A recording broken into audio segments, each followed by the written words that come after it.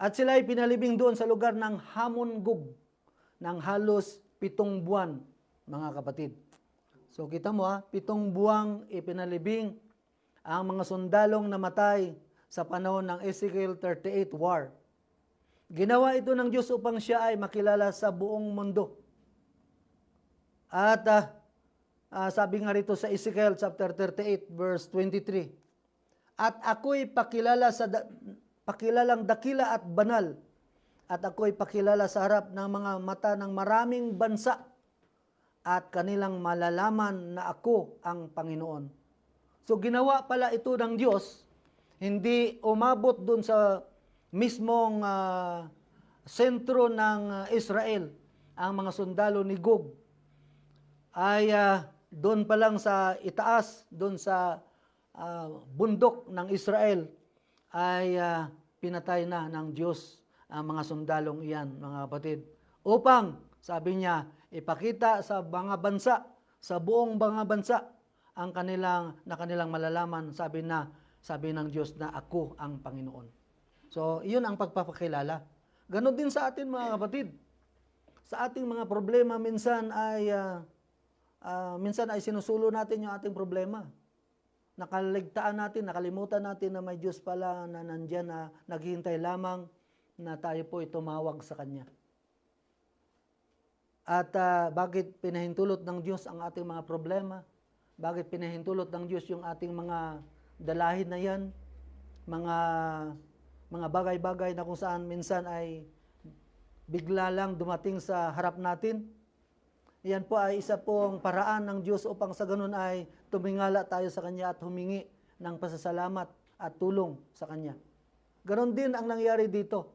Dahil ang bansang ito ng Magog, mga kapatid, ay hindi po kumikilala sa Diyos. Kaya ito ang paraan na ginawa ng Diyos upang makilala ng buong mundo na ang Diyos ng bansang Israel ay tunay na Diyos na nilang dapat sambahin. Ayon dito nga sa Isaiah chapter 17 verse 7, sa araw na yaon ay titingin ang mga tao sa may lalang sa kanila. Kaya makikita natin dito, mga kapatid, na pag nangyari yun, sabi ng Diyos dito sa sulat ni Isaiah chapter 17 verse 7, na makikita ng lahat ng tao at titingin ang mga tao sa Diyos, ang kanilang mga mata ay magkaroon ng respeto sa banal ng Israel. Kaya dito na sila kikilala. Nagkaroon na sila ng respeto na totoo pala ang Diyos ng bansang Israel, mga kapatid. Doon lang nila ma-realize na hindi pala totoo itong mga nilulura naming mga Diyos na ito. Hindi pala ito nakakatulong. Dahil yan ay nakatayo lang, nakaupo lang sa isang lugar. Verse 8, at sila'y hindi titingin sa mga dambana na gawa ng kanilang mga kamay, o magkakaroon man sila ng respeto sa ginawa ng kanilang mga daliri, maging sa mga asera o sa mga larawang araw. So sa panahong iyan, mga kapatid, ay mag-iiba na ang kanilang kaisipan ngayon. Yung mga tao sa mundong ito na wala pong pagkilala sa Diyos. Sabi nga rito sa verse 8, at sila'y hindi titingin sa mga dambana, meaning to say, wala na silang respeto sa kanilang Diyos-Diyosang ginawa doon sa kanilang mga altar. Nagawa ng kanilang mga kamay at kanilang mga daliri. Yun yung time na yun.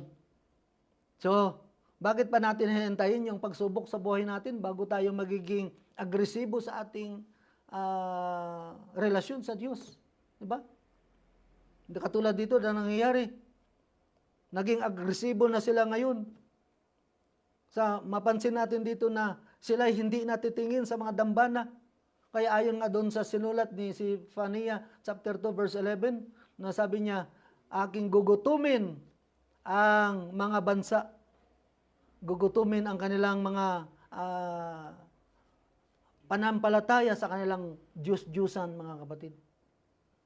So darating ang araw na on that day, sabi niya, malalaman ng buong mundo na ako ang Diyos na may gawa ng lahat ng mga bagay nito. Di ba, mga kapatid? At sa puntong ito, ito'y mensahe din para sa atin, mga kapatid. na dapat tayo po ay magiging tapat sa ating pong kaugnayan sa Diyos. Kahit kung iilan lang tayo, kukunti lang tayo mga kapatid, ay hindi po tinitingnan ng Diyos yung karamihan. Ang tinatingnan niya sa atin ay yung ating damdamin, ang ating puso. Kung paano ba tayo mag-react sa ating